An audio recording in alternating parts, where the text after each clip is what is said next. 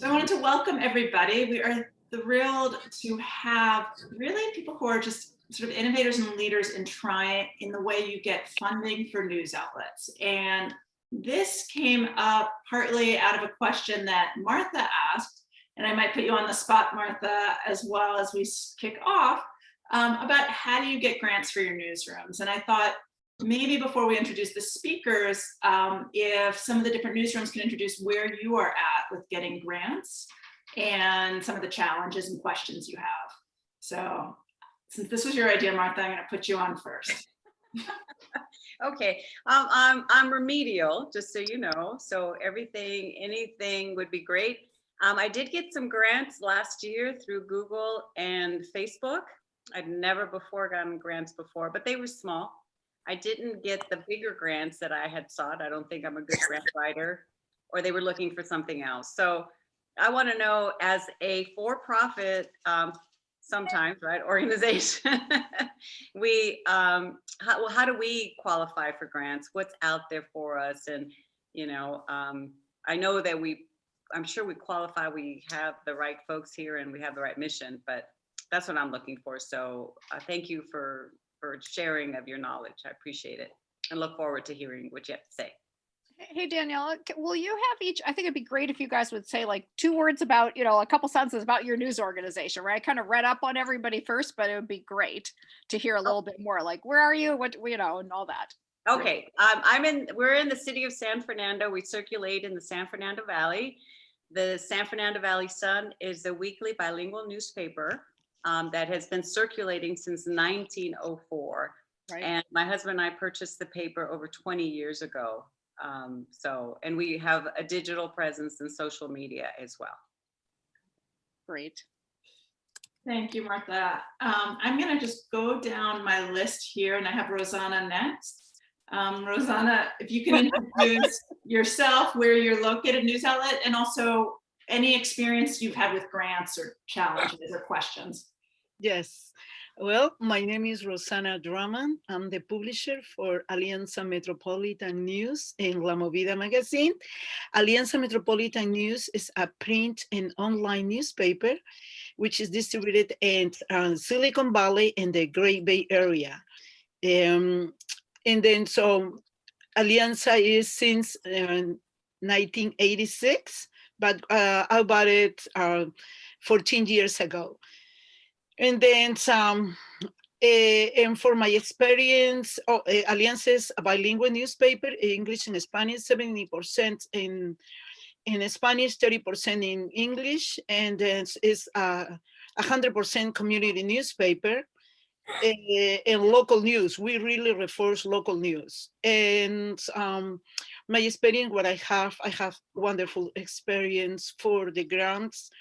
And then it's very, very nice. And then before I have it small grants for different organizations, but the last year I have one it's for this year from Blue Shield Foundations. Mm-hmm.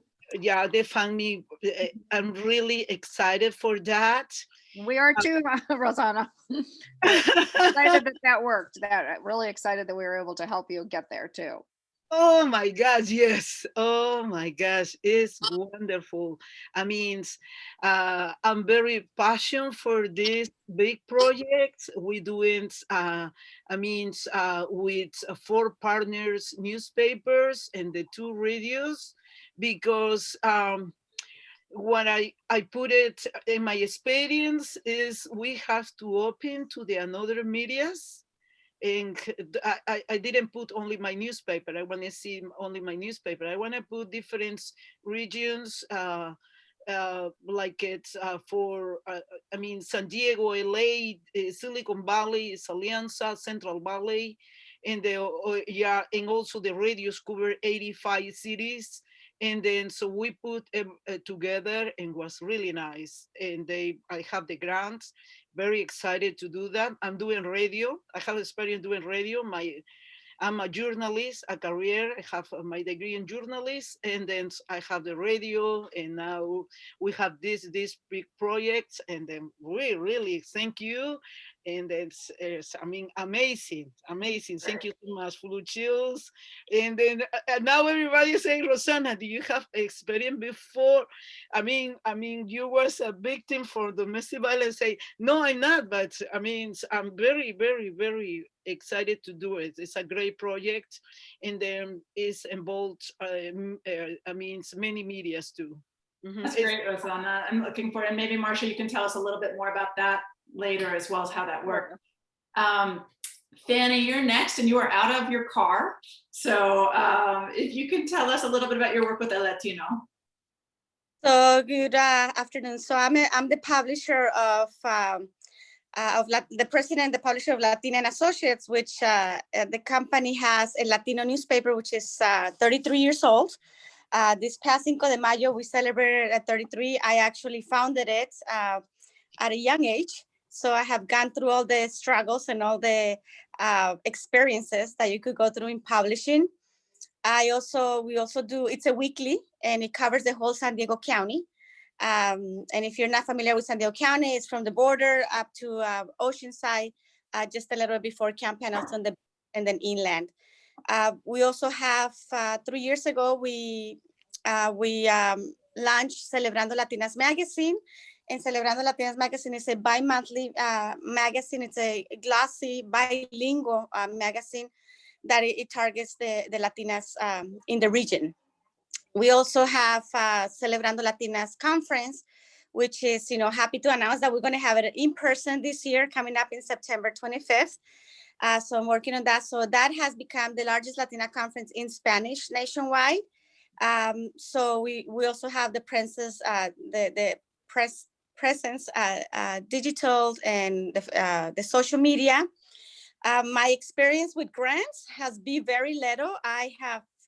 Since the pandemic, we have learned on, and at a high speed and a fast speed, that we were able to actually get grants. So, through this association and the organization and collaboration, we have learned a lot, but also, I have worked with Google, in the national level, bringing a lot of the resources to our publishers, to our Hispanic publishers. So that's also been a learning experience, learning that, there's been quite a few of them that we didn't even know. And that has been the obstacle with some of us in the publications, is that we don't even know how to apply for them, even when they present it to us. So that's been my experience with it. Thank you, Fanny. I don't think you're alone with that at all. Manuel. You're on mute still. There you go. Okay. My name is Manuel Munoz. I am the publisher of Vida newspaper based in Oxnard, California. We cover Ventura County, part of Los Angeles County. And we've been in this community for over 37 years. Until last year, late last year, we were extremely self-sufficient, very well established, very well read in this community. We are even the official newspaper in many communities, many cities in our area. And to be the official newspaper, we have to even compete to mainstream newspapers. So we never really had the need to go and explore for grants or anything like that, because we were extremely successful. But now with the pandemic and other issues, now the situation is totally different. And that's why we are looking into and exploring the grants or foundations and things like that. Experience, zero. We have none. I don't think you're alone with that either, Manuel. Thank you. Alfonso.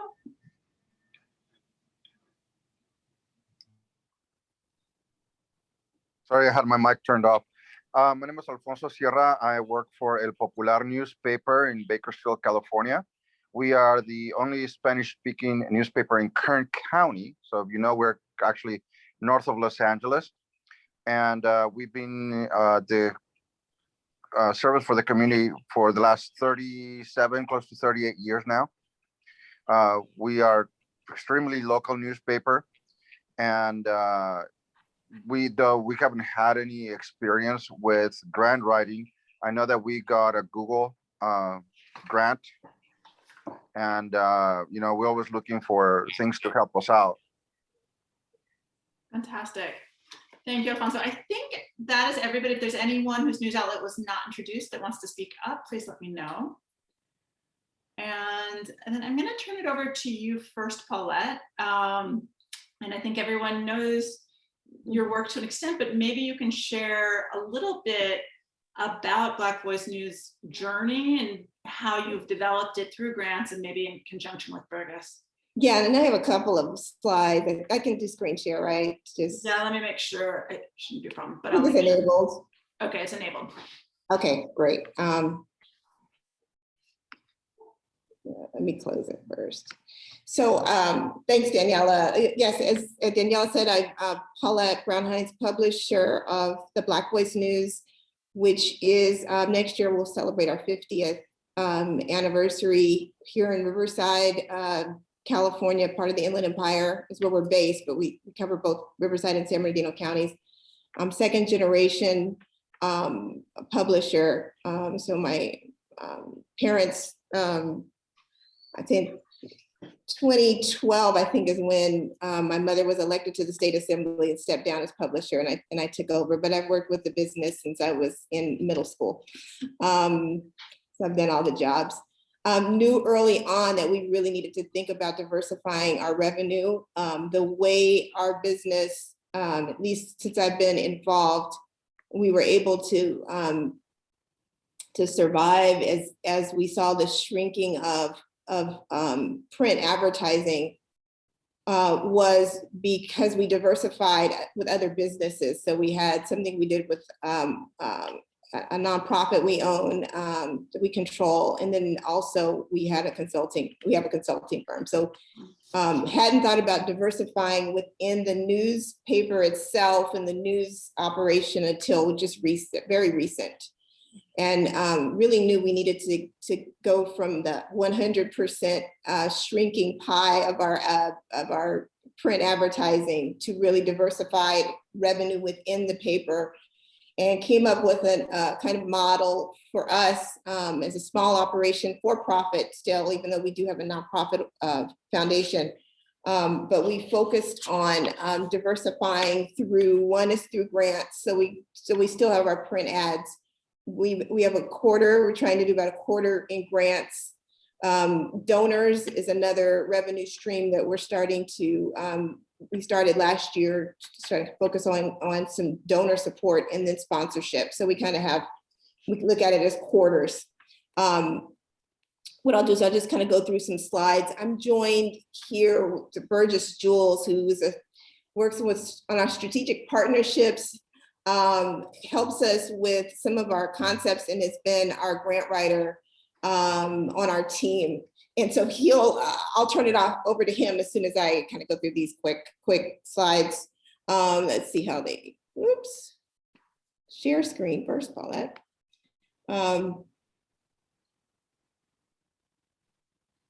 Okay, hold on one second. I think I just closed the document. So let me open it up, and yeah, one second. Alrighty. And the reason I did slides too is just because I was going to be saying a few organizations that you may want to look at, and I thought you could at least see the list, so you don't have to ask, like, what did she say? Okay. So can you see that screen? Okay, great. I used the colorful background with the hot air balloons because it's actually been quite a journey that we've been on with grants. One thing, and I've heard from several people here who mentioned that they did get some grants last year. Philanthropy is starting to do more and more grants for media, and it's not just the journalism focused foundations, and we could talk a little bit about that. We were successful last year, I think in part because of all the grant money that was available because of COVID and because of the racial justice conversations. There was a lot of money available for Black, Latinx, API publishers, a lot of legacy publishers. So we were able to get money through some of those programs. We were able to get 2 Facebook journalism project grants, one of the big Google News Initiative grants, that was like the $300,000 challenge funding we were able to get. And then programs like Report for America have, and part of that is funding. And then we were able to get some money from some local corporations actually for some events and webinars. So roughly it came to about 600,000 at Bergis. I had to re-add the amount we did last year. First thing I would suggest for those of you, there are a couple of you who have not started this journey yet. Some of you have been successful already. For those of you who are just starting, I found it important to just follow certain information sources, especially those that focus on journalism, news, and information. So like Neiman Lab, Pointer, American Press Institute, Local Media Association.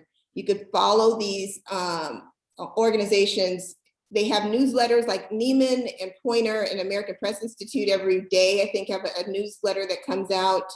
Or you could follow social media for like the local media association that will team up with like a Facebook journalism project and have, specific programs for media outlets.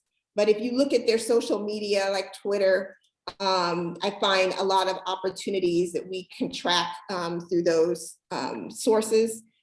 CUNY, Center for Community Media, as Media in Color, we'll be doing some work with them. There are opportunities there.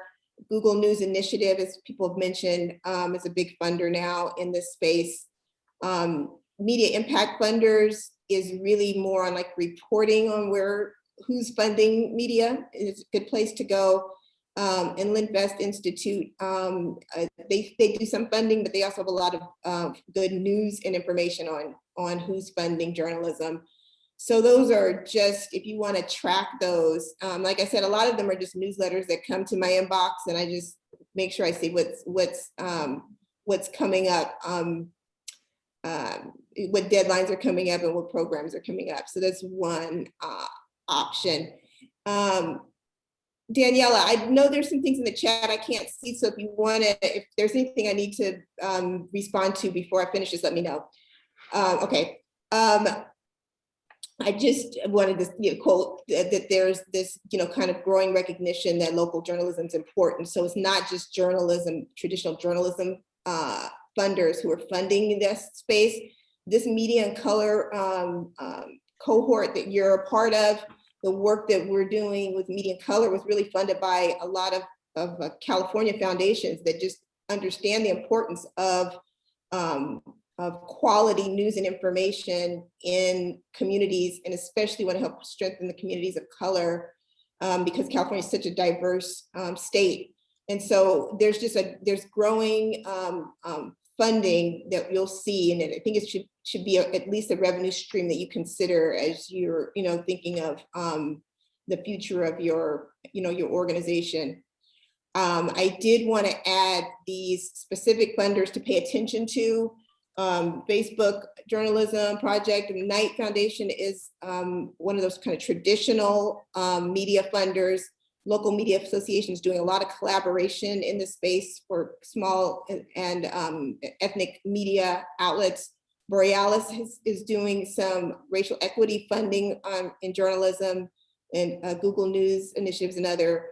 Report for America is an interesting one because it's all about placing reporters in local newsrooms, and they fund half of the reporter's salary, and then you fundraise for a quarter of it, and then you're responsible for a quarter of it. And they want you to fundraise locally. They actually provide you with support, so you have like a person on staff that you could work with for your own fundraising effort. And they have it, so this has been really helpful. They also are doing a lot of research around their work. So they've released a report on who is supporting journalism, and a lot of local support for journalism. So that's why I included on this list community foundations in your region. There are community foundations, especially in California, that have media impact funds and journalism funds, and it's funded by people within that region. I believe you're gonna see a lot more of that in the coming years, where people in communities are saying, how do we make sure that we support our local news outlets? And there will be funds at the community foundation set up for that.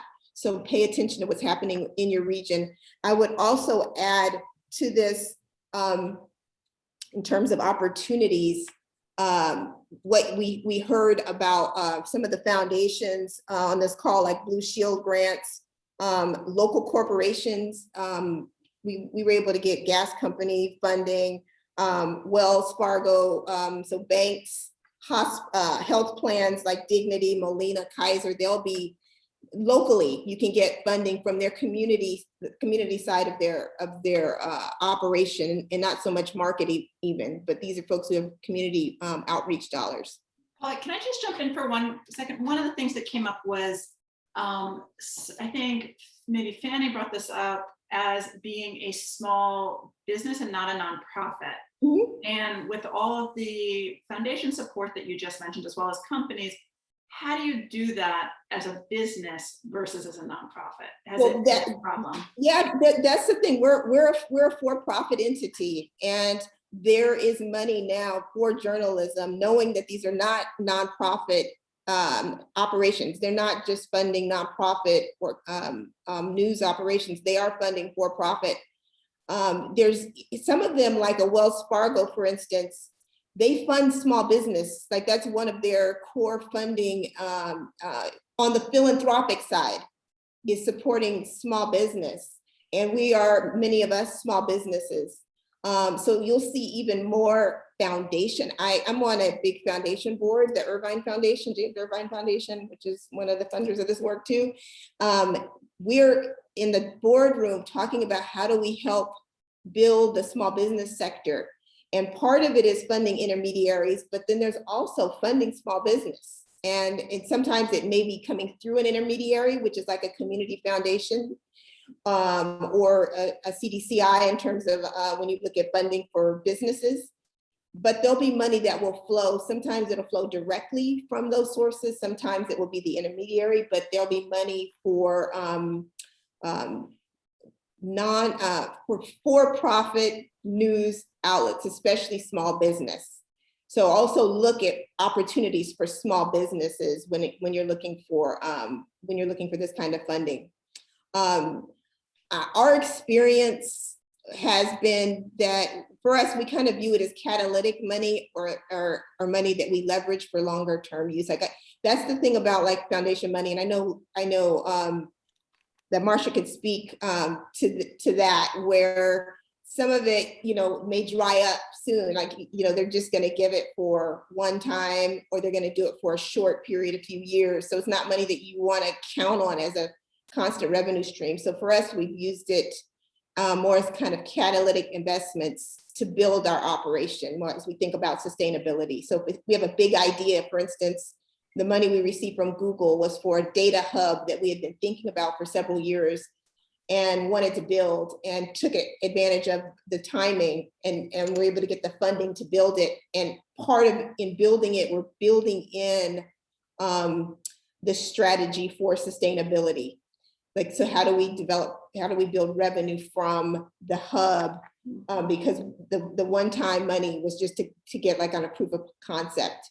You could use it for technology. You could use it for contractors, which is what we've done a lot in terms of bringing on somebody to focus just on revenue, helping us build an infrastructure that we don't have around donors, for instance, is one way to do it, or tech support that funding for certain software that, that you may have needed. And so we've done that as well with some of the funding, or for just large investments or purchases. And of course, to produce more journalism. That's been like the Facebook grant was all about, one of the Facebook grants was all about just covering COVID. So it was being able to pay our editors, pay our writers, and and then bring on freelancers when we needed them. But that's just my approach. You know, some other people may have a different way of approaching it, but that's how I approach the grant money. And then I just want to turn it over to Bergis to just talk a little bit briefly. I know we don't have a lot of time, about understanding how to tell your story when when you find the funding. You know, how do you respond to the applications? Thank you. Yeah, hey everyone. Good afternoon. Sorry, Danielle, were you going to say Just something? thanking Paulette, and Okay. go ahead, Bergis, and excited to hear from you. All right. Yeah, this is Paulette has already given a lot of really great advice here, and we've been working on grants together for a couple of years now. And I'm calling from Indianapolis, but I lived in Riverside for a while before moving here last year. So good to see you all. Yeah, so I mean, it's really hard to talk in generalities about grants, honestly, because there are so many of them and so many different fields, and they all have their own requirements. And you know, but I think there are some universal lessons that sort of apply to just grant writing and getting grants in general. And the first one I'll say is just paying attention to detail. It sounds really simple, but it's where a lot of people fail in the process of trying to apply for grants, is they skip over things that may not seem important, right, to them at the time. But so funders take a lot of time to create grant programs, right? And a lot of the sort of eligibility questions and requirements that you see in a grant proposal a lot of times have to do with legal issues, funder sort of organizational policy. So these are things that you really can't skip over if they're asking for a particular thing in a grant application, because they kind of have, you know, it's like literally it's a federal law that I have to put this requirement in here. So if you don't respond to that as someone writing a grant, then you've already failed, right? They literally can't give you the grant or consider you because you've skipped over some of this information, right? So they put a lot of time into putting the grants together. They put a lot of time into getting people who will review the grants for them. So, you know, imagine if you're going to ask 10 or 15 people to review grants, you need to have pretty clear, what do you call it? Sort of description of the work, right? For those people, right? You're not just going to ask 10 people to come look at grants and then they have no way to give you feedback on the grants. And so they build the applications in a way that the people reviewing them can come in and get information out of that and report back to the funders to help them make their decisions. And so that's the first thing, you know, I focus on when it's time to go for a grant. And, you know, Paulette and the team will send me links to grants all the time. And, you know, my role is to read them really closely and to let them know if this is possible or not. And, you know, there's several times I've responded back like, well, you know, you don't really meet this requirement. Because, you know, you have to really read past, you know, the first page or the you know, the first couple paragraphs to really find out if your organization is eligible. So, for example, a lot of grants came out last year that benefited for-profit organizations, and that wasn't something that happened a lot before, but we're starting to see it a lot more now. But that's usually something that you have to look for. Some folks will go through the entire process of applying and miss that in the details, and they're a nonprofit, but they're applying for a for-profit opportunity, or the opposite way around. So I think paying attention to detail, if you're unsure about certain things, a lot of funders are open to receiving emails about a particular opportunity. You know, a lot of funders also offer these free these webinars, right? Or opportunities where they're recorded, they're telling you about the grant and how to apply for it. I always find those really, really useful to attend. If they're offering those, I usually sit in on one of those. And, you know, the other thing that sort of reaching out to program officers and funders does is it gets your name familiar with them. So networking, I think, is another sort of area that a lot of folks miss the ball on, right? So I think, you know, we see these funders and these program officers as folks that we can't really connect to, but that's not really the case. In a lot of ways, the people creating the grants, they don't really have any ideas, honestly. I'll just put it out there. They just have a lot of money. They have areas they need to grow, but they don't have ideas. So they're coming to you really to look for stories, to look for ideas, right? So you're a real asset to the funders because they really can't do much without you and without your stories. And so, you know, reaching out to people, I always find is really important, and telling them about who you are, asking questions, just getting to know the program officers, I think, is just a really important way to help secure funding. That said, you know, the story you tell about your, you know, about the work that you want to do is also really important. You know, we found last year that actually telling the story of Black Voice News and how it was founded, you know, telling the story of Cheryl and Hardy Brown and how this paper sort of came out of students doing advocacy work in the community, and tying that to you know, COVID and the impact of COVID, and tying that to just, you know, what's happening in the area now was really important. So don't discount your local story. Don't discount your origin story, because that's, you know, that's really important stuff. And people want to see that you've been around for 50 years, but this is how we started, right? We started as a mom and pop shop, and then it grew into this, and then it grew into that. So the trajectory of your organization, I think, is a really important part of the story. And that's something we've included in all of the grants that we write for Black Voice News. And I'm not in the journalism field. Normally, I'm actually an archivist. And so I'm in the library archives field. And that's where I do most of my grant writing, and the same, you know, the same things apply there. You know, the story is really important, right? What else? I would say, if you're able to, you know, it takes a lot of time and effort, you know, especially to go for some of the bigger grants, you know, some of the bigger dollars. It takes a lot of time and effort.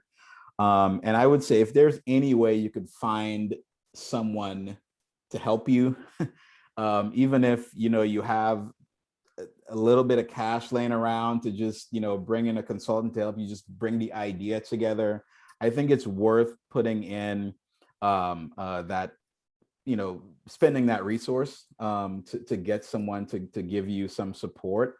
I know we don't, you know, I know the types of organizations we all work in, we don't usually have that kind of funding laying around. But so that's one way you could do it, is you could pay people. You could also find, you know, other folks in your network have people who write grants for them.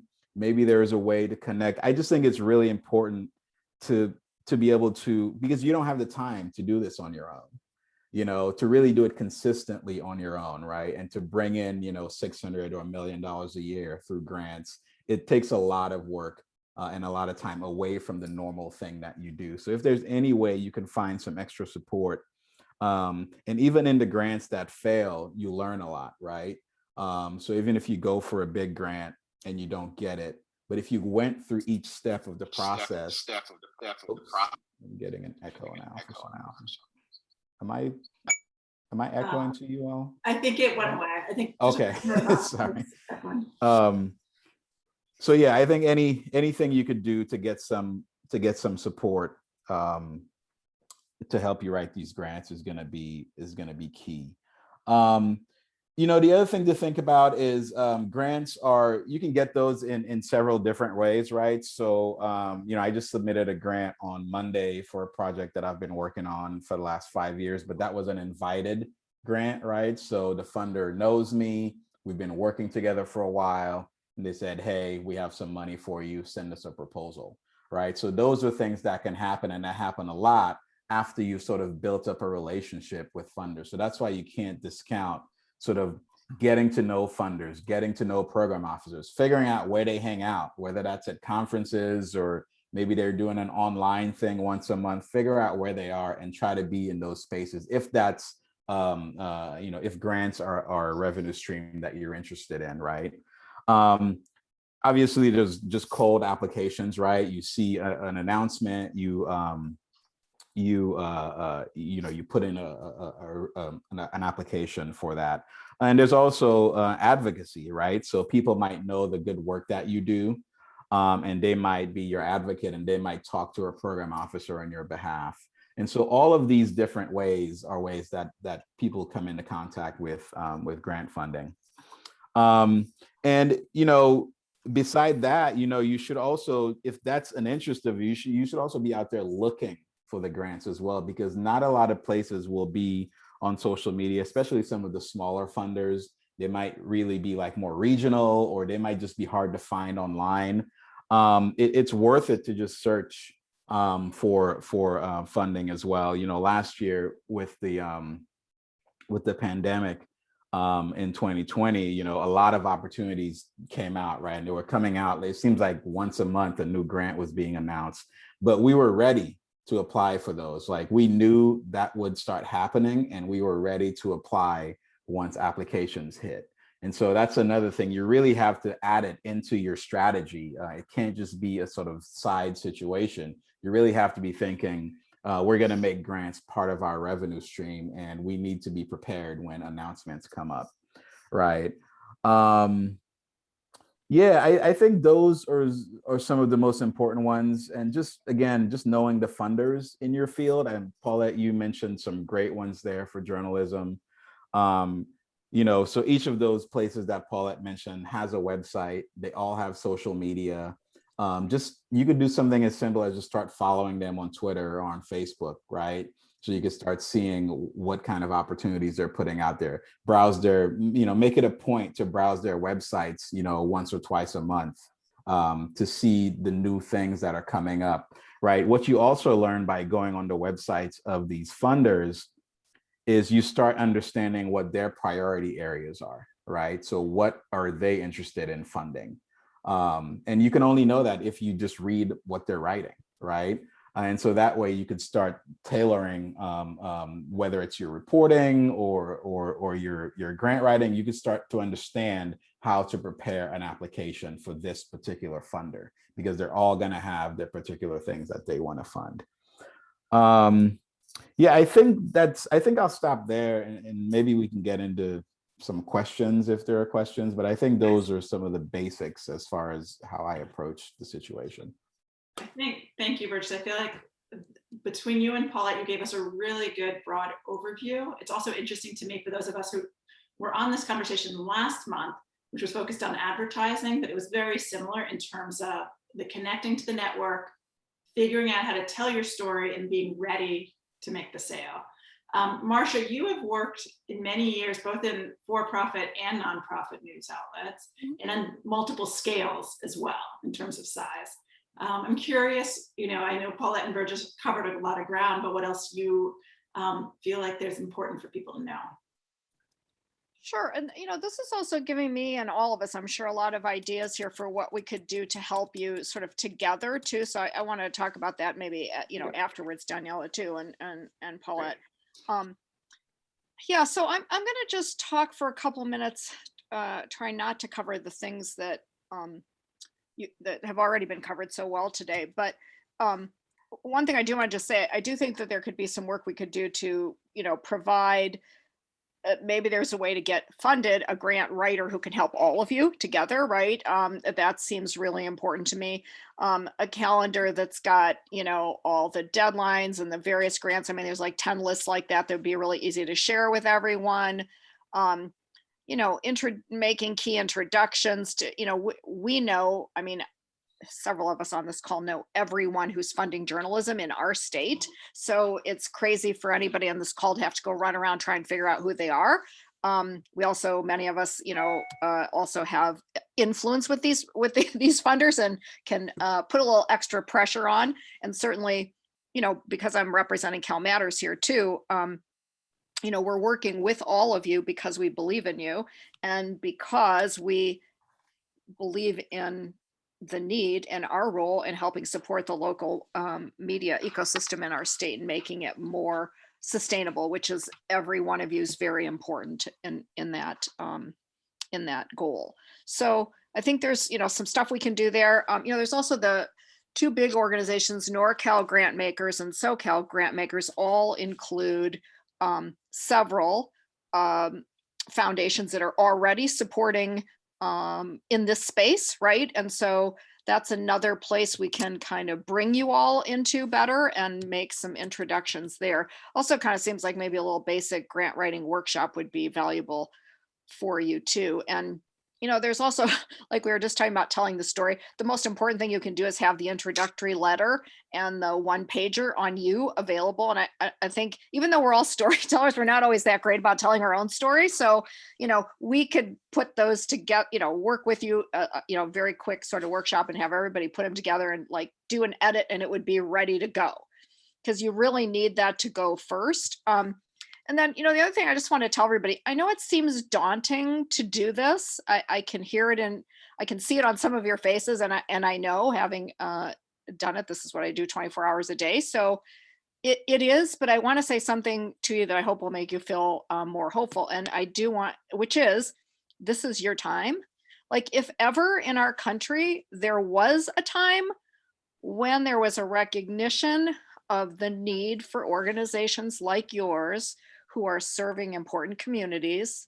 And in our state, a very diverse state, a nation state, we need all of you to be sustainable, not just one or two, right? We need every one of you on this call and all of your colleagues in the space in California to be sustainable. So, even if, like I can say this to this group, I wouldn't say it probably to other funders, but I do feel like a lot of money is being thrown at you and organizations like yours without true understanding of what it means and what your needs are. So the more clearly we can state what they are to build sustainability for you, the better. And that just really kind of goes into the one pager, but it is your time. And I think you should use every bit of your power, the power of you, the power of your story, the power of your teams to get that money, because it should go to you. So I think that, it's something we just have to remember it's there now, and that power, it's very powerful. It's a powerful force. And also, honestly, I hear it all the time. People don't actually know how to put this money to work. A lot of them have like 100 million in California alone, because we're such a gigantic place. Every number is big, right? So yeah, we're going to put 100 million, JP Morgan, every one of them, they're all doing it. 10 different companies, entertainment companies in Hollywood, right? We're going to put money into equity without like any real clarity of vision of how that's going to happen. So you are a great resource for that money to go to, right? Because you're real, you've demonstrated success, you're serving communities that need to be served well, et cetera, et cetera. So that's my rah-rah pitch. Then, there's just a lot of things happening right now in California with grants, specifically, and Paulette can speak to this very well. The community foundations are awakening across our state, right? And you are central to their goals. Remember that they have to meet their goals, and they can't always do it unless they have good organizations to work with. They're dependent on great grantees. So you have strong stories to tell. You just have to get it down on paper to tell it well. And those include, like the giant ones, right? Like the Irvine Foundation. They're amazing. They Paulette's on the board and she's on my board. So I'm going to say rah rah to Paulette. But besides, she's a successful publisher in this space. Like these organizations care deeply in a really meaningful way about the work that you do, the communities that you're serving. It's not bullshit. They really care. I can name them on one hand, really the ones that I know really, really deeply care. Irvine's right at the top. Blue Shield, California Healthcare Foundation. These are people who are right at the table right now saying, how can we help all the people on this call?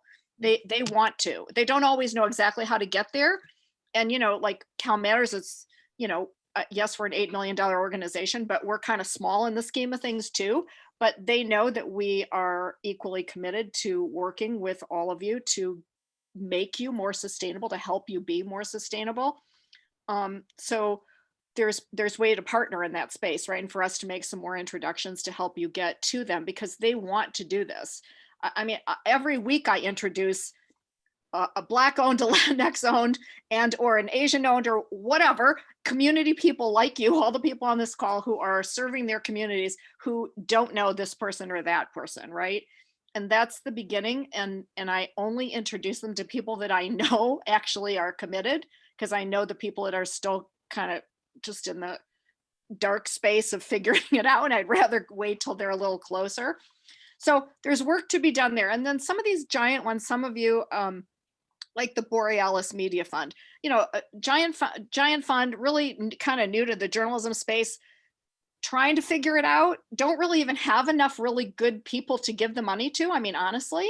So these are possibilities and ones that are worth going forward to. And maybe we even bring like you all to them together in some way, right? And we ask for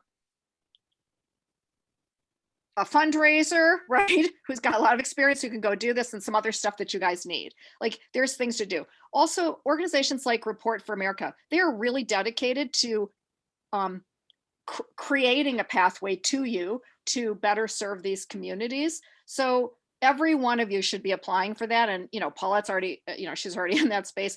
We're working with a lot of our media partners, you know, many of whom, almost all our media partners that we have Report for America embedded reporters. We raise the money, you know, we're paying for the second half of the reporter, and RFA is embedding reporters in the newsrooms, and those are for-profit organizations. So we don't care, just because we're nonprofit, we don't care if we have lots of media partners, and you're all our media partners. So that's another kind of opportunity, right? Is going to them and saying, hey, we want to put a reporter in each of these rooms to cover equity issues in the community, if that was something that you wanted, right? Or whatever. Housing is another, you know, hot topic, because housing is never, the housing crisis in California is never going to go away. Could be, you know, decades before we solve it. So that's another big and important area. And the other one is just finding like each community foundation in your space, whether it's regional that still serves, you know, your whole region, or it could just be a small one in your community. Sometimes they know about journalism, often they don't know anything about journalism. You know, you can help them open that door and understand it, and many of them will absolutely support you. So I think that's important. I mean, finally, and I'll just open it up to questions.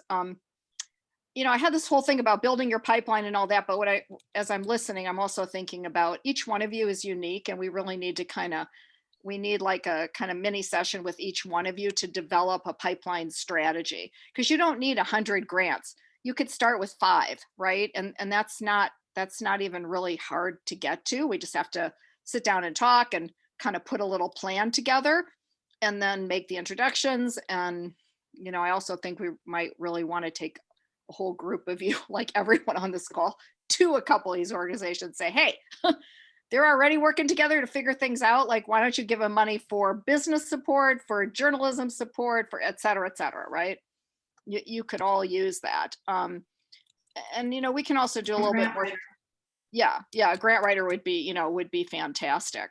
And then, you know, lastly, I was just going to say that I feel like often news organizations don't realize that you can get grants for so many different kinds of things, right?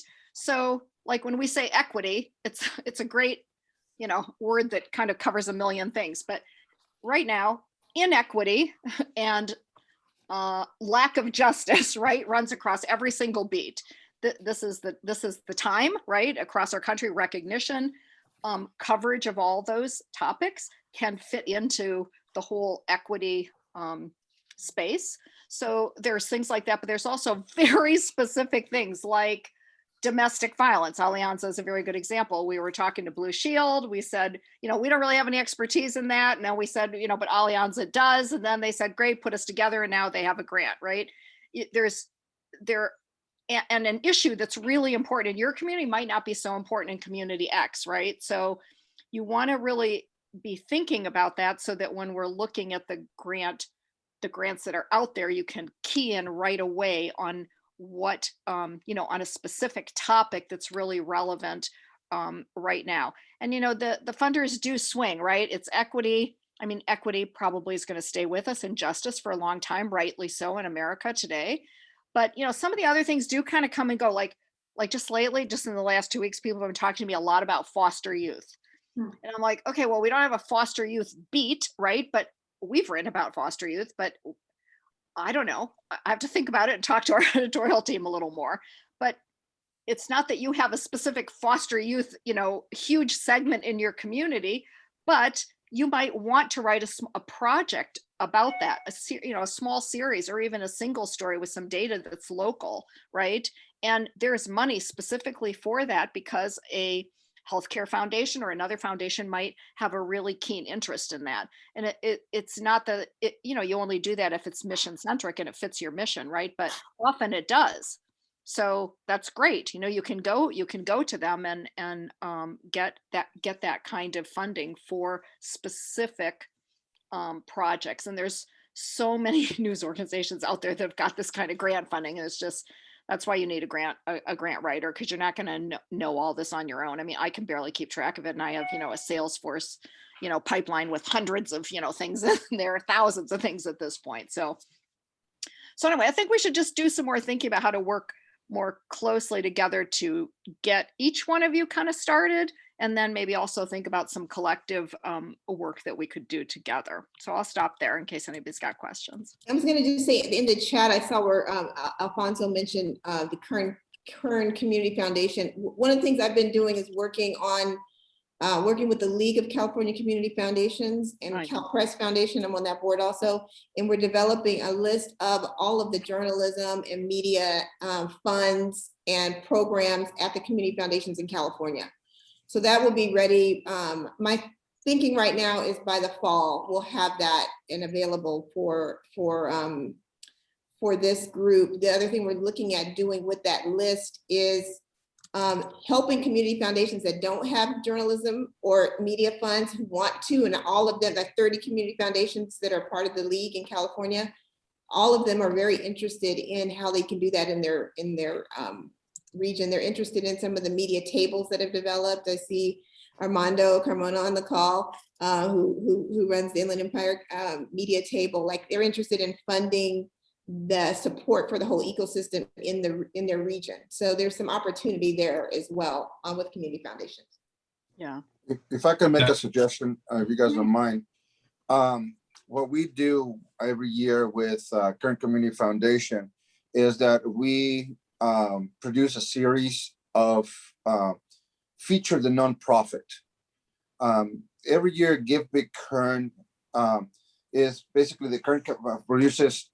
Give Big Kern is a collection of about 129 nonprofits in Kern County, and every year we will do between 4 to 6 weeks of putting on a little story about each nonprofit, which helps me immensely, because we have our graphic designer does it really cool, and I welcome all of you to go to elpopularnews.com so you can look in the local section what we've done with them.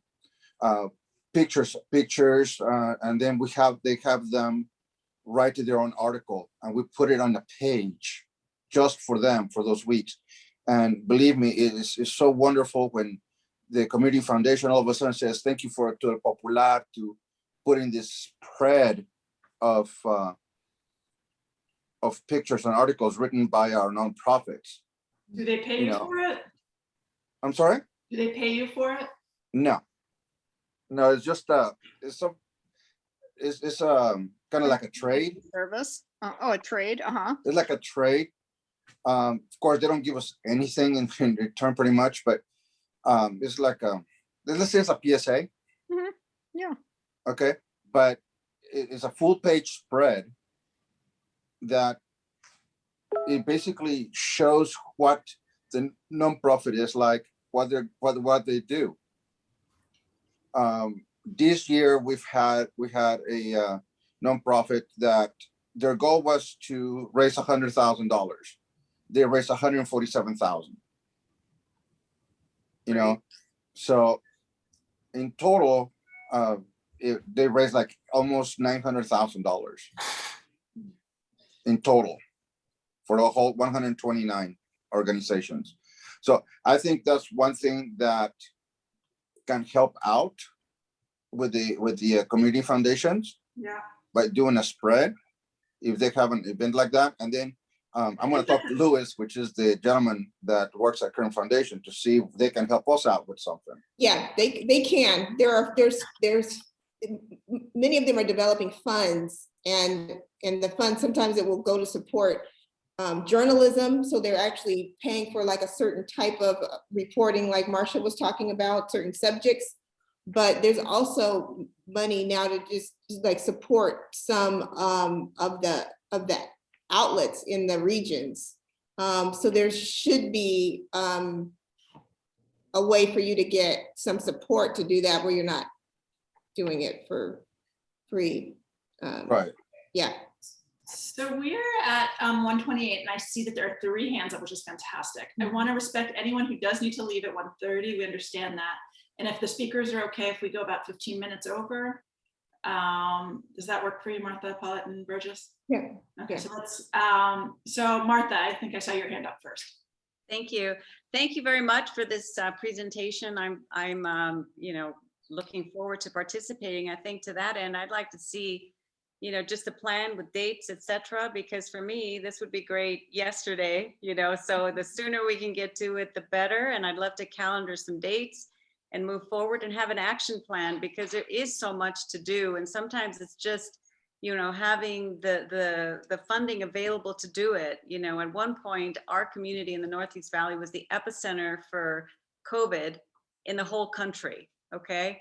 So that just laid to bear that education is an issue, healthcare is an issue. We have so many things that we need to cover, maybe government, and without having the hands to do it, the funds to cover it, we can't help our own community. And so I think for me, if the iron is hot right now, let's go for it, because, you know, we are a newspaper. We understand we're in the First Amendment. We understand our role is. And at one point, you know, we may fall out of favor with people because we might start writing things about them that they maybe isn't so nice, but, you know, but it's the truth. So anyway, I just, I'm all in. My calendar is wide open. So just let me know when, and I will be there. Thank you, Martha. That was a fantastic pitch, by the way. This is all recorded, so you should just write down what you wrote, and you've got your 1-pager started. Manuel. I like to second Martha's voice right there.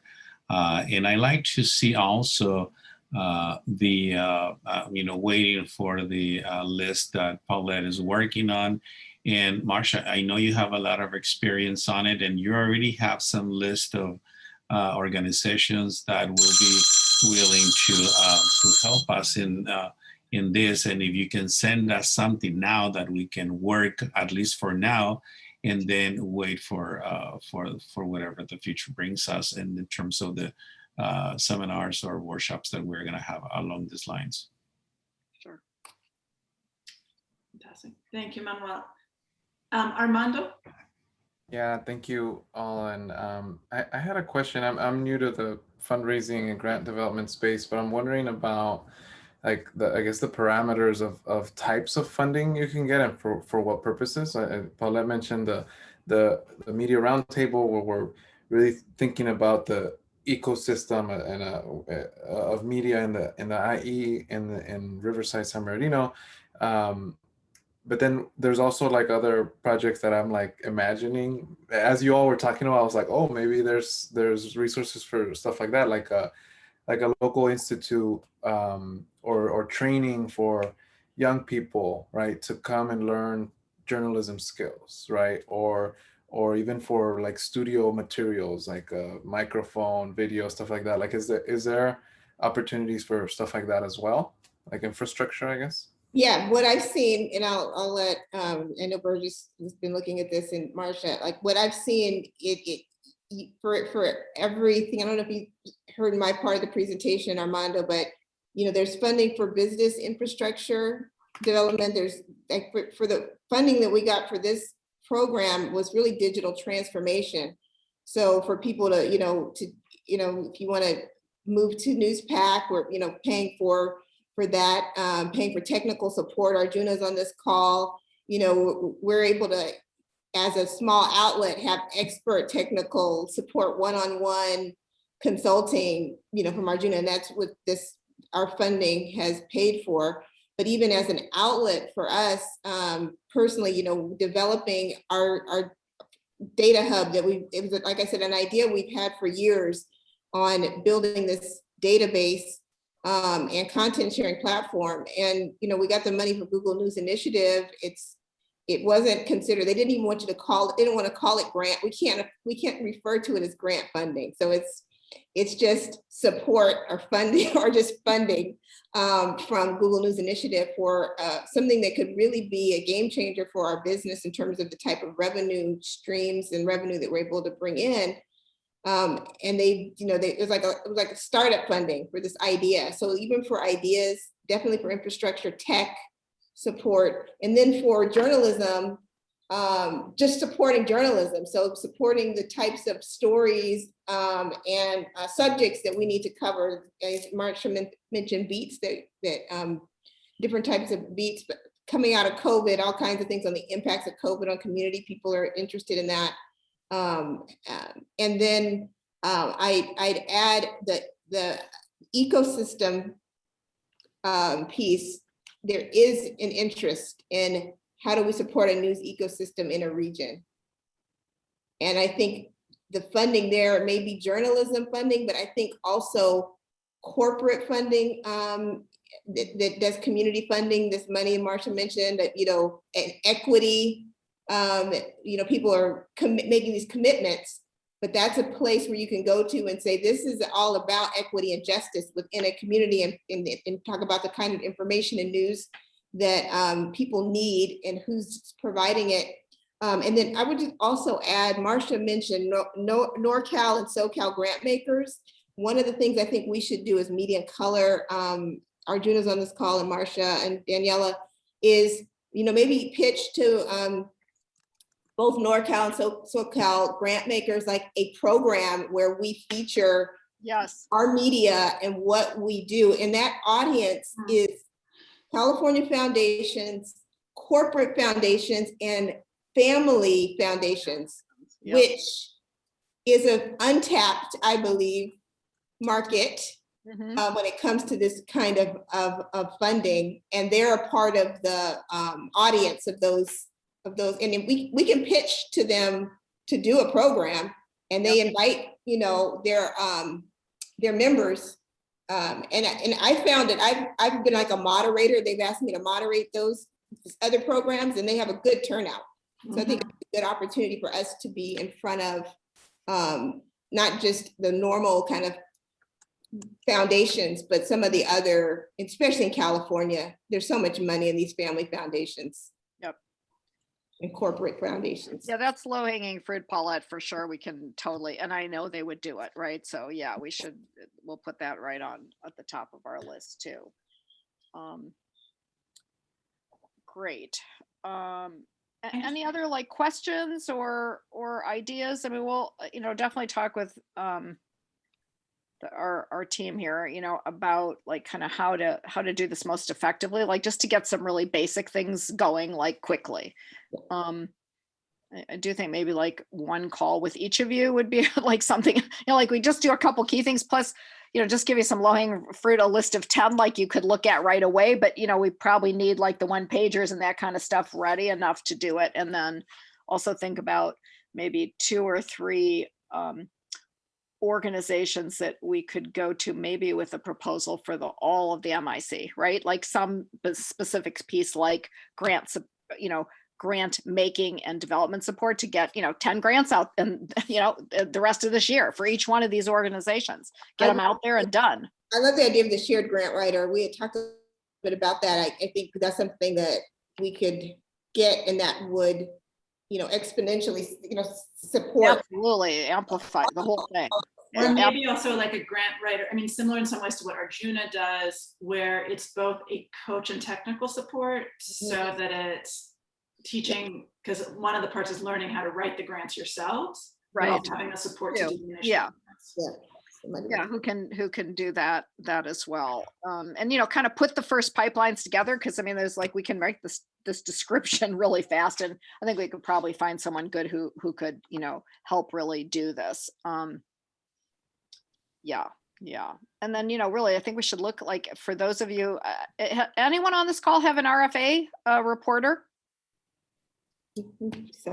besides you? No. And they're trying to, Yeah. and we got our reporter starts next month, and she's a young woman, went to University of San Francisco undergrad, and then London School of Economics grad school. Young Black woman from Los Angeles, and so we're like super like thrilled, because we wanted somebody who wanted to do data journalism, and we want to really grow that part of our work. So like really good, and they vet all of the applicants. They had 300 slots, and they had, I think, 1,800 applicants, and they're trying to grow to, I think, 1,000 core members in the field. So there, I think we could even pitch to them a California, like similar to what CalMatters does, but we could maybe pitch some kind of California.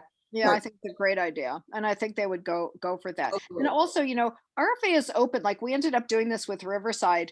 If they don't have, like, so you guys want to grow your own talent, right? For local, it's really important to have your pipelines, right? And you've got community colleges and, all these great, young people in your own communities. So like, what we ended up doing was we pitched someone for the Riverside, actually, it's the Riverside paper, pitched someone into it.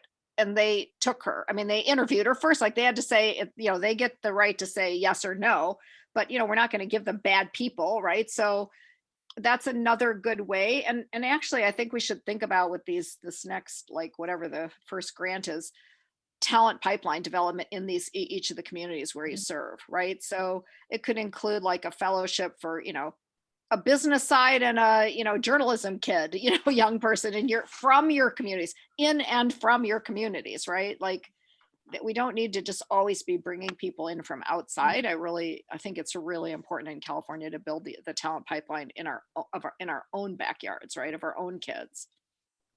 Yeah. So lots of opportunity there. I'll send you a bunch of students, Martha, and then they'll pay for it. Sounds perfect. I have a quick question for Bergis. So we can understand, what is the like the cost, or is a percentage, or how does it work when you have a grant writer within your organization? So I mean, and also, where do we find a grant writer?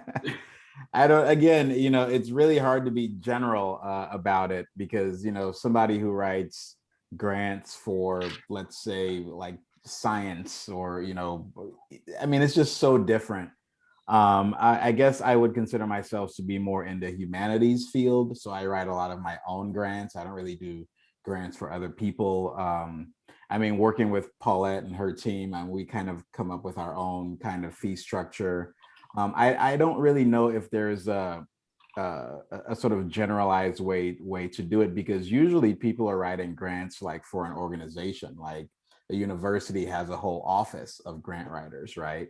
But there are different ways you could do it. Some people who write ask for a percentage of the money that comes in. Some grants don't allow you to pay, grant writers out of that. So you have to have your own money to hire the person to do that work.